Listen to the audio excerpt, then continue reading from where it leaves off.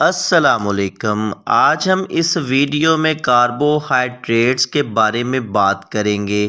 Carbohydrates کا اردو میں نام کاربوہائیڈریٹ ہے، جسے مختصر زبان میں کارب بھی کہا جاتا ہے۔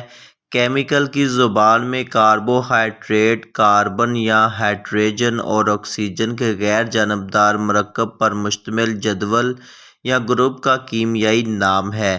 دراصل شوگر اور نشاستہ کاربوہائیڈریٹس کے ہی اجزاء ہیں۔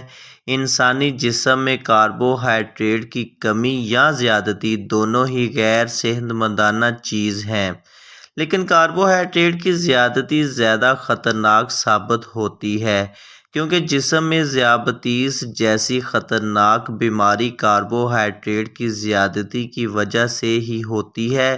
کاربوہائیڈریٹ جو نشاستہ شوگر یا ریشوں یا کسی بھی غذا میں شامل کوئی بھی مٹھاس پر مشتمل ہوتا ہے، جو انسانی جسم میں جا کر سادہ شوگر میں تبدیل ہو جاتا ہے، جو گلوکوز کی شکل اختیار کر لیتا ہے، یعنی انسانی جسم میں اس کا کیمیائی نام گلوکوز ہے۔ کاربوہائیڈریٹس پھل، تمام قسم کے میٹھے پھل میں، اناج اور اناج سے بنی تمام چیزوں میں، سبزیوں میں یعنی نباتاتی غذاؤں میں، شہد، گڑ، بسکٹ، گنے کا شربت، جوسز، کافی، کینڈیز اور دودھ کی مصنوعات میں پایا جاتا ہے۔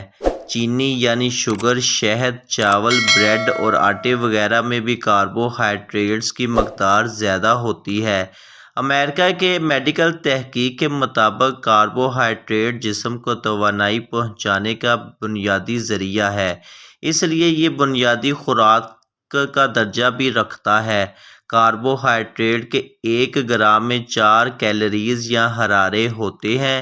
کاربوہائیڈریٹ انسانی جسم میں کچھ افعال انجام دیتا ہے، مثلاً جسم کو توانائی پہنچانا، خون میں شامل گلوکوز کی ریگولیشن، جسمانی نظام میں پروٹین کی کارکردگی کو بڑھانا، چکنائی یعنی فیٹ کو کم کرنا۔ میڈیکل سائنس کے مطابق کاربوہائیڈریٹ کا کام جسم کو توانائی پہنچانا، بھوک مٹانا اور جسم کو صحت مند رکھنا ہوتا ہے۔ روزمرہ کی عام سستی خوراک جو ہم استعمال کرتے ہیں، اس میں کاربوہائیڈریٹ وافر مقدار میں موجود ہوتے ہیں، اس لیے عام طور پر جسم میں کاربوہائیڈریٹ کی کمی تو نہیں ہوتی، لیکن زیادتی ہو سکتی ہے۔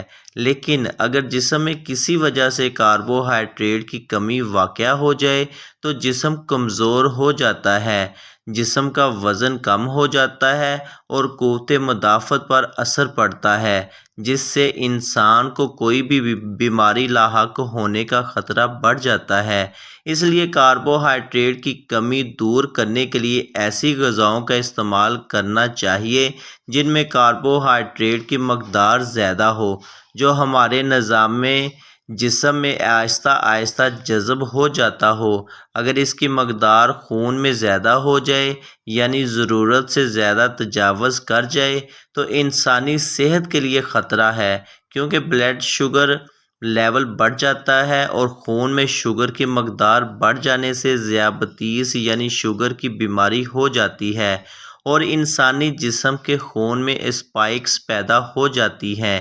اس لیے نظام جسم کا شوگر لیول درست رکھنے کے لیے کاربوہائیڈریٹ والی غذائیں احتیاط سے کیلوریز کی مقدار کو ذہن میں رکھتے ہوئے استعمال کرنی چاہیے۔